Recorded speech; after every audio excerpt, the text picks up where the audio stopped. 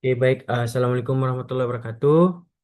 Eh, Perkenalkan, nama saya Muhammad Alif Tufail dengan NIM 2309035020306.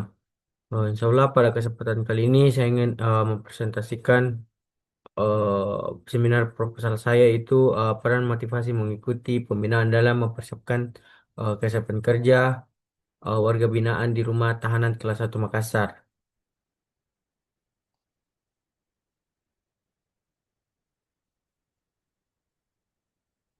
Nah, eh, pada kesempatan ini eh, saya akan memaparkan bagian utama yaitu latar belakang penelitian, rumusan masalah, dan tujuan manfaat penelitian, landasan teori berdasarkan kerangka pikir, dan diakhiri dengan metode penelitian yang akan saya gunakan. Oke, berdasarkan Undang-Undang Nomor 22 Tahun 2022 tentang pemasyarakatan, rutan dan lapas wajib memberikan pembinaan dan lapas wajib memberikan pembinaan kepribadian dan kemandirian agar binaan siap kembali ke masyarakat. Salah satu program penting adalah pembinaan kemandirian yang bertujuan yang bertujuan melatih keterampilan kerja ini tidak hanya ditentukan oleh fasilitas, tetapi juga oleh motivasi warga binaan itu sendiri. Penelitian dari Dalil dan Subroto tahun 2023 menemukan bahwa warga binaan memiliki tingkat motivasi yang berbeda-beda dalam mengikuti kegiatan kerja.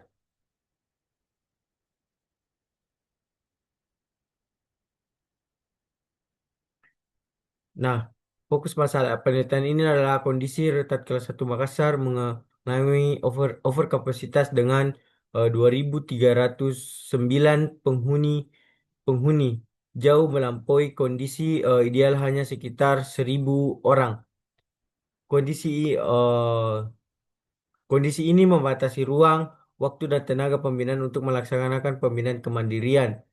Eh, Di sisi lain ada residisisme nasional justru menunjukkan tren membaik turun tajam menjadi 5,4% di tahun 2024.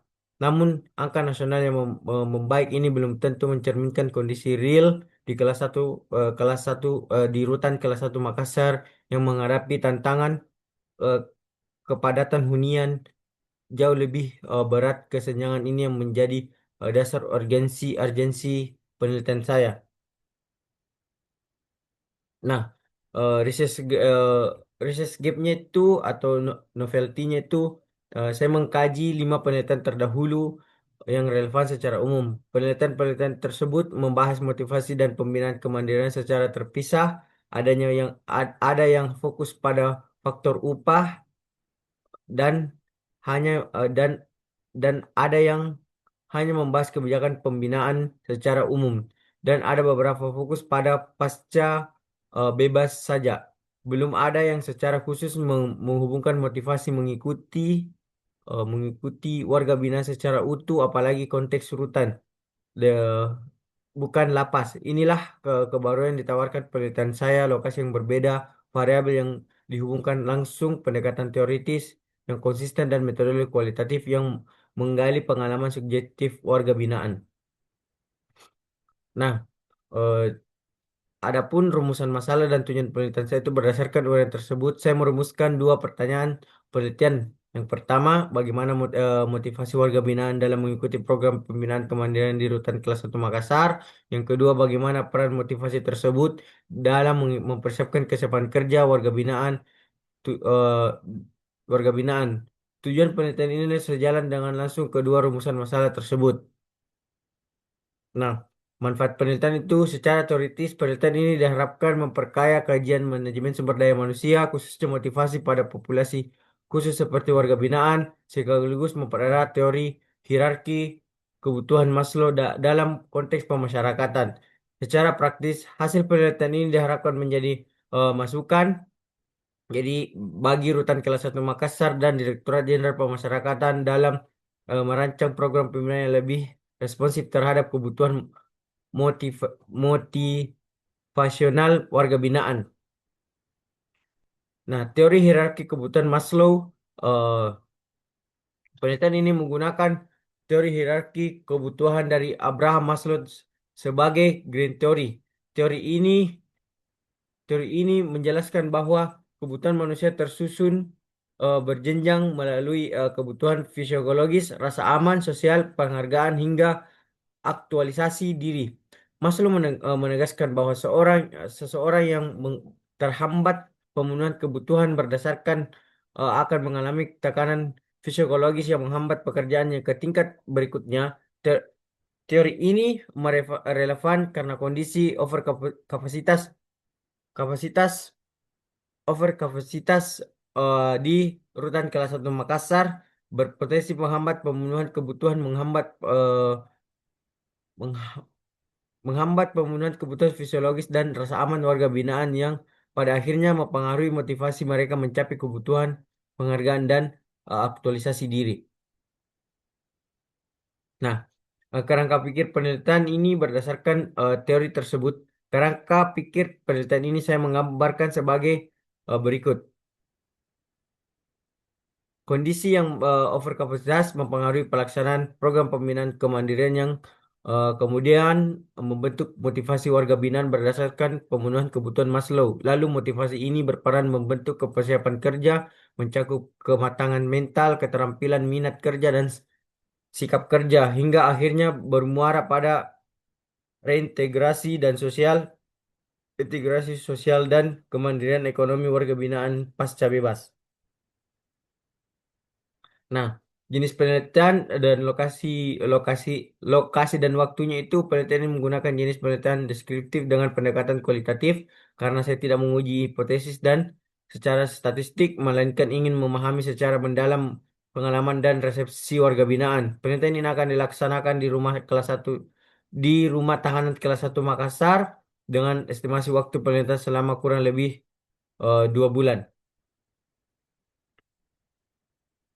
Nah, subjek penelitiannya itu terdiri dari 3 pihak. Yang pertama warga binaan yang aktif mengikuti program binaan, kemudian sebagai subjek utama, kedua petugas petugas pembina dan instruktur yang melaksanakan program, dan ketiga kepala seksi bimbingan kerja yang memahami kebijakan pembinaan secara menyeluruh.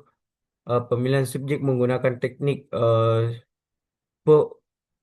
purposive sampling dengan jumlah informan mengikuti prinsip kejenuhan data. Nah, jenis dan sumber data itu dalam penelitian ini terdiri dari data primer yang diperoleh langsung dari warga binaan, petugas pembinaan dan pejabat terkait, serta data sekunder berupa dokumen profil warga binaan, berlaporan pelaksanaan pembinaan, dokumen kebijakan berdasarkan Undang-Undang nomor 22 tahun 2022, serta jurnal referensi ilmiah yang relevan. Teknik pengumpulan data itu saya menggunakan 4 teknik: observasi langsung terhadap pelaksanaan pembinaan, wawancara semi instruktur terstruktur dengan warga binaan dan petugas, dokumentasi berupa laporan dan arsipan kegiatan, serta studi keputusan dari buku, jurnal, dan peraturan perundang-undang yang relevan. Nah, teknik analisis data itu dalam penelitian ini mengacu pada pada model Miles Haberman dan Saldana tahun 2014 yang terdiri dari 3 tahap. Pertama, yaitu reduksi data, yaitu memilih dan merangkum data yang relevan. Kedua, menyajikan data secara naratif dan sistematis. Dan ketiga, penarikan kesimpulan yang diverifikasi terus-menerus melalui tria- triangulasi wawancara dan observasi dan dokumentasi.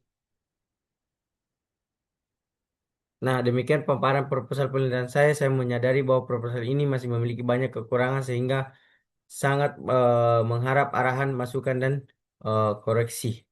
Saya tutup dengan Assalamualaikum warahmatullahi eh, wabarakatuh.